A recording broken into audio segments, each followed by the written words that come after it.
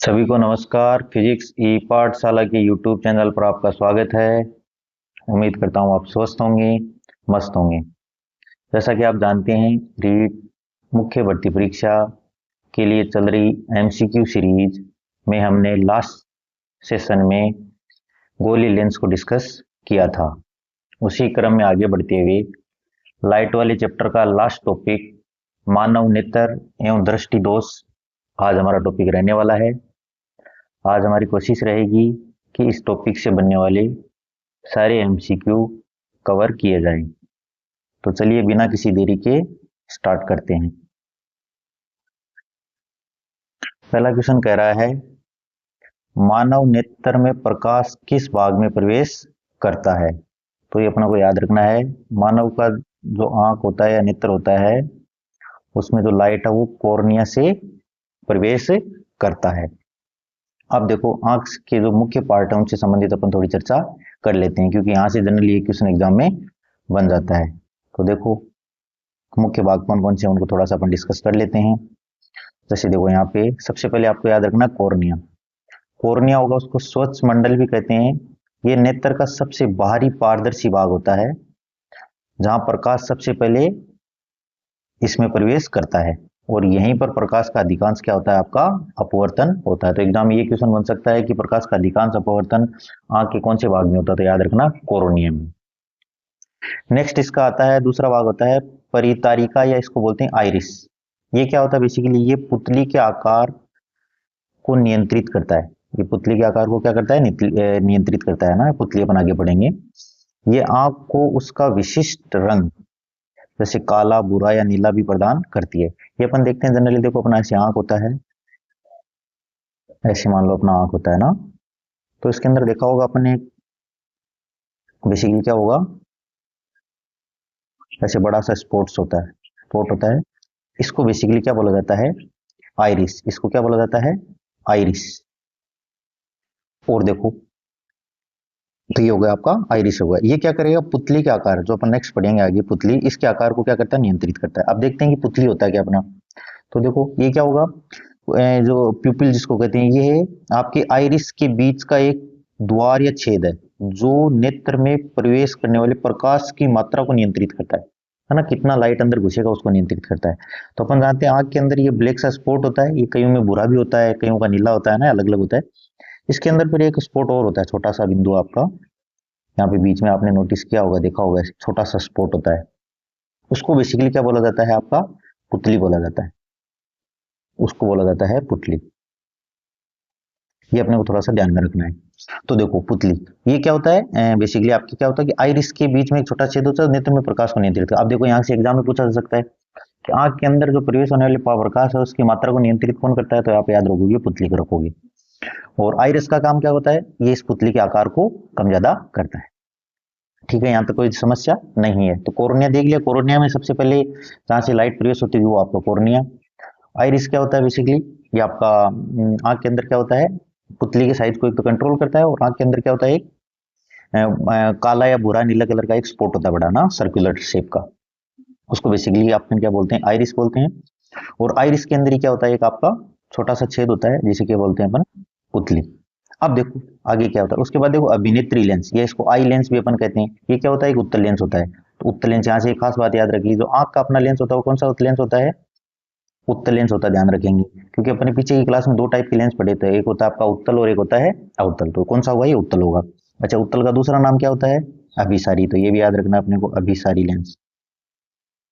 अभिसारी लेंस, ये भी अपने को थोड़ा सा ध्यान में रखना है। अब देखो, जो रेटिना पर वस्तु का वास्तविक और उल्टा प्रतिबिंब बनाता है। देखो, एक एक लाइन में क्वेश्चन बन रहे हैं, दो दो। देखो, रेटिना पर प्रतिबिंब बनाता है ना। अपने आंख में लेंस के पीछे एक रेटिना लगा होता है, जहां पे क्या बनता है? अपना प्रतिबिंब बनता है। तो आप पूछेंगे प्रतिबिंब कहाँ बनता है? तो आप बोलोगे रेटिना में बनता है। उसके बाद रेटिना में प्रतिबिंब कैसा बनता है? तो आप बोलोगे वास्तविक बनेगा और उल्टा बनेगा। ठीक है, यहाँ तक कोई समझ नहीं। उसके बाद देख सो, नेक्स्ट होता है आपका सिलेरी मसल्स।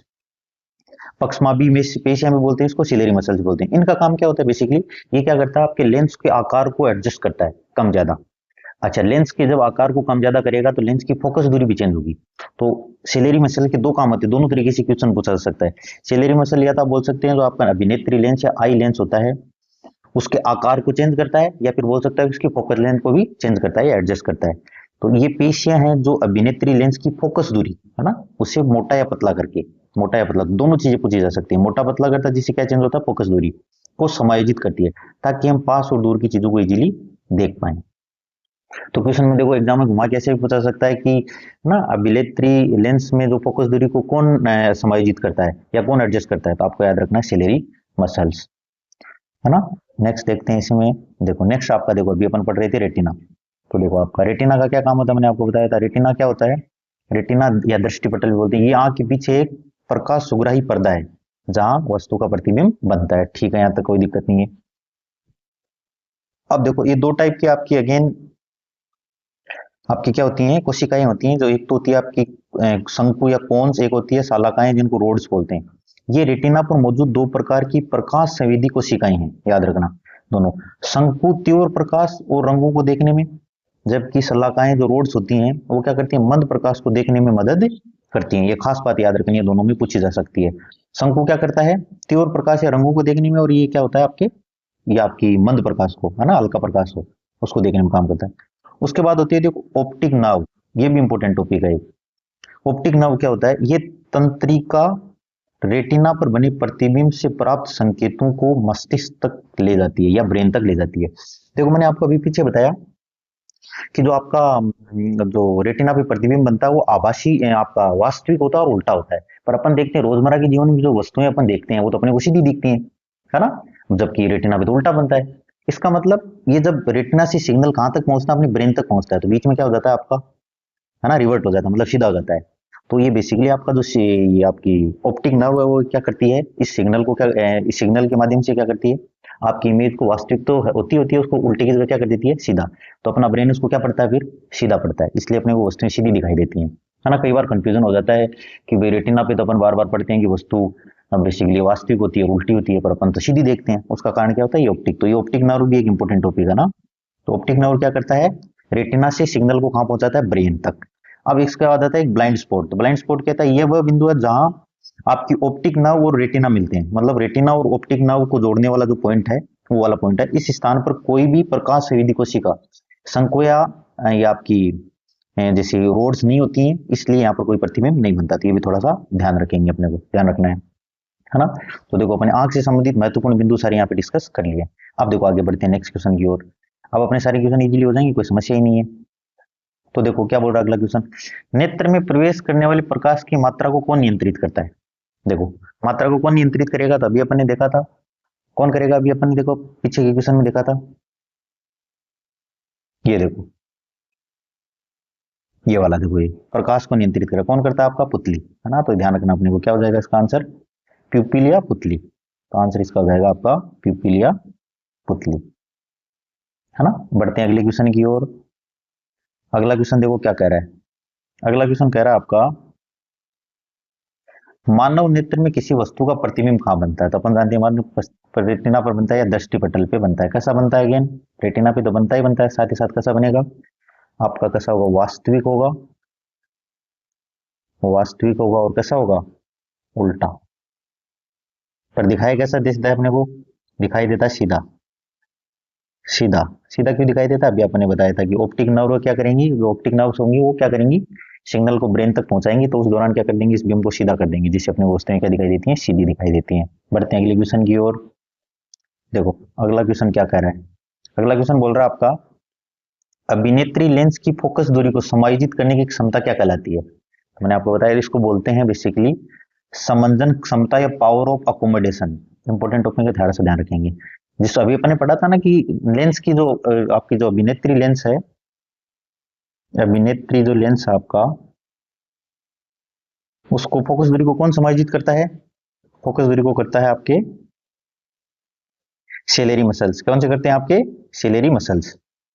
तो सेलेरी मसल्स को क्या करते हैं, बेसिकली फोकस दूरी को एडजस्ट करते हैं, और इस एडजस्ट करने की घटना को कहा क्या जाता है, समंजन क्षमता या पावर ऑफ अकोमोडेशन। ये थोड़ा सा ध्यान रखेंगे, टेक्निकल टर्म है, थोड़ी सी ध्यान रखेंगे, टेक्निकल टर्म है, इसलिए इसको थोड़ा सा ध्यान में रखना है। समझन क्षमता या पावर ऑफ अकोमोडेशन।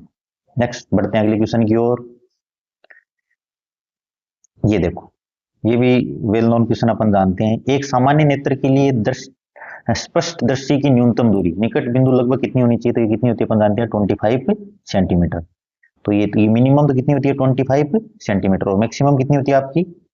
मैक्सिमम होती है आपकी इनफाइनाइट, ध्यान रखना है। अधिकतम कितनी होती है? अनंत। ये तो मिनिमम है। न्यूनतम न्यूनतम तो होती है 25 सेंटीमीटर, और अधिकतम होती है, ध्यान रखेंगे आपकी, अधिकतम होती है आपकी अनंत। ये अनंत होती है, थोड़ा सा अपने को ध्यान में रखना है ना, सामान्य नेत्र के लिए। बढ़ते हैं अगले क्वेश्चन की ओर। अगला क्वेश्चन कह रहा है आपका, अगला क्वेश्चन बोल रहा है रेटिना पर बने प्रतिबिंब का प्रभाव वस्तु को हटाने के बाद भी लगभग कितने समय तक बना रहता है? अब देखो, ये थोड़ा सा ध्यान रखेंगे, ट्रिकी क्वेश्चन है ना। ये लगभग इसका आंसर होगा 1/16 सेकंड तक। ये थोड़ा सा ट्रिकी है, आपके एनसीईआरटी की बुक में दे रखा है, इसलिए थोड़ा सा याद रखेंगे। इसे आप दृष्टि निर्बंध भी कहते हैं। दृष्टि निर्बंध, यदि कोई वस्तु हमारी आंख के सामने से हट जाए तो उसका प्रतिबिंब लगभग 1/16 सेकंड तक रेटिना पर बना रहता है। इस सिद्धांत पर ही सिनेमा, चलचित्र वगैरह काम करते हैं। तो ये थोड़ा सा ट्रिकी क्वेश्चन है, एनसीईआरटी में आपके दे रखा है, थोड़ा सा याद रखेंगे। 1/16 सेकंड तक रहता है, कहाँ पे? रेटिना पर। बढ़ते हैं अगले क्वेश्चन की ओर। अब देखो, निकट दृष्टि दोष, इसी को क्या कहते हैं? मायोपिया भी कहते हैं। तो निकट दृष्टि दोष में क्या होता है? देखो, इसमें उल्टा होता है। निकट दृष्टि दोष मतलब इसमें निकट की तो दिखाई देंगी, निकट की दिखाई देगी, लेकिन दूर की वस्तु साफ दिखाई नहीं देगी। दूर की वस्तु साफ दिखाई नहीं देगी, ये थोड़ा सा अपने को ध्यान रखना। निकट में दूर की साफ नहीं दिखाई देती है, तो दूर की वस्तु स्पष्ट दिखाई नहीं देती है, तो इसका आंसर क्या हो जाएगा?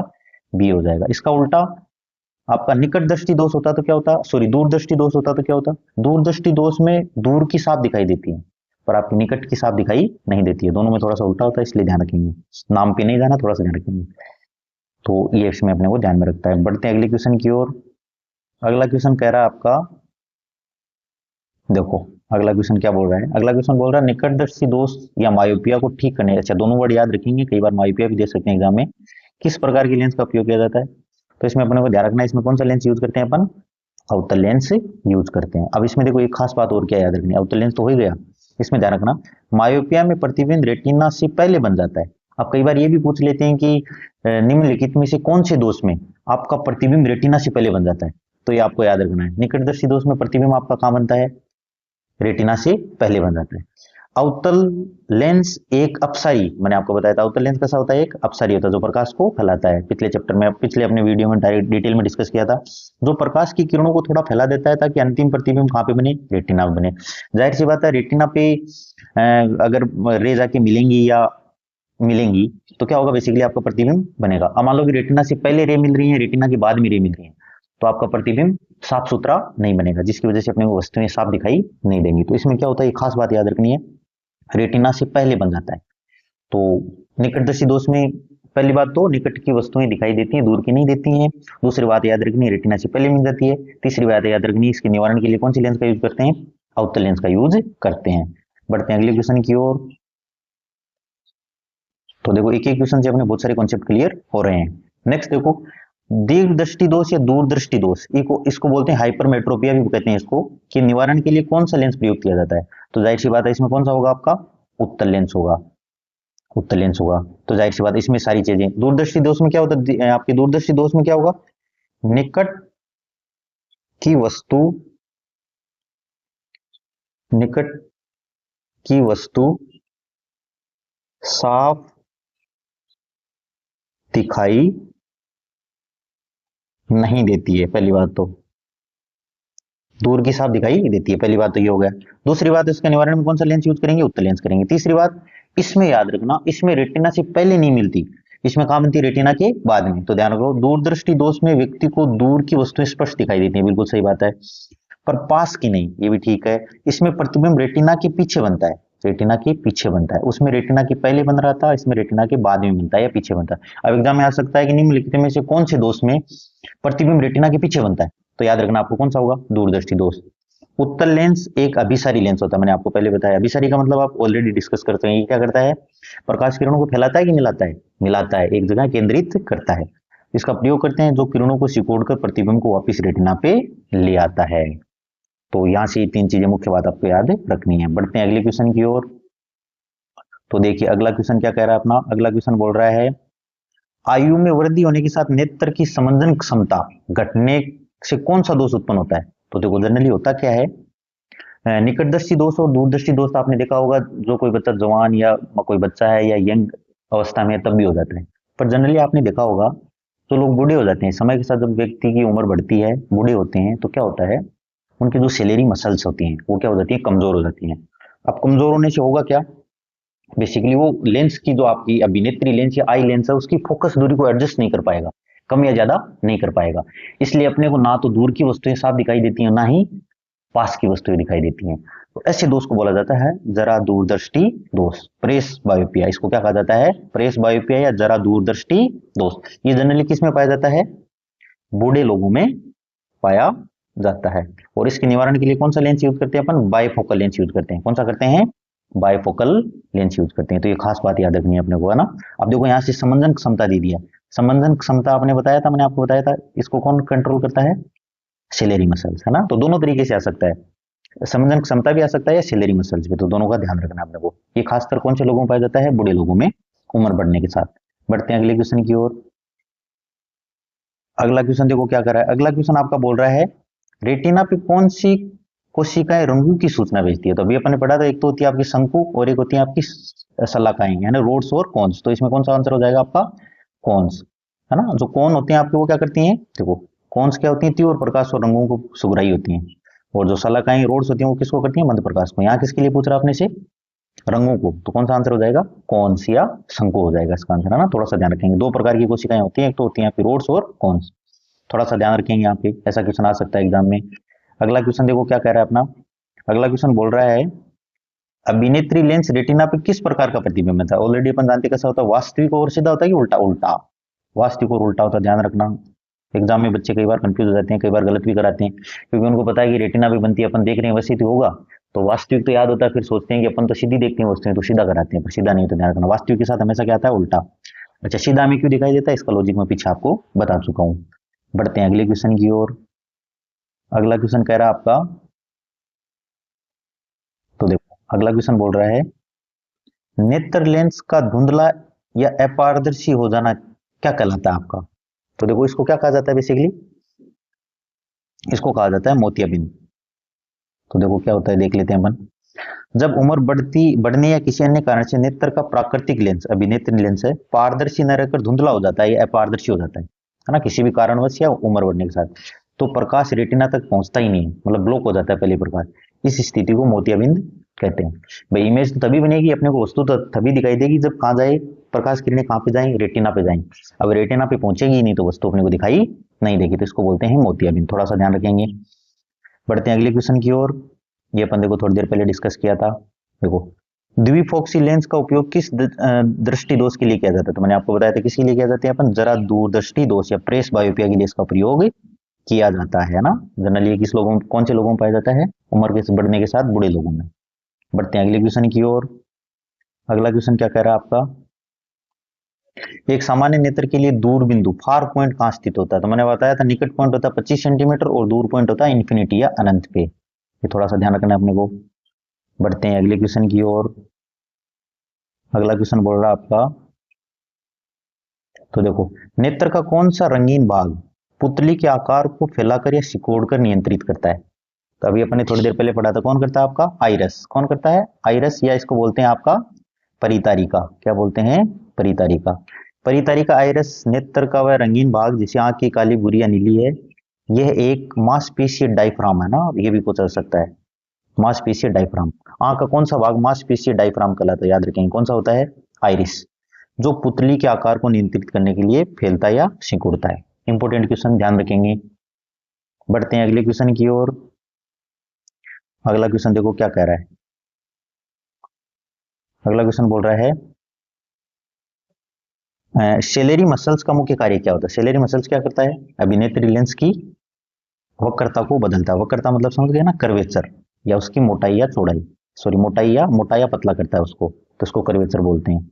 तो अभिनेत्री लेंस की वक्रता त्रिज्या वो, इसको कम ज्यादा करेगा तो अभिनेत्री लेंस की फोकस दूरी कम या ज्यादा होती है। तो ये भी अपना इंपॉर्टेंट क्वेश्चन ध्यान रखेंगे।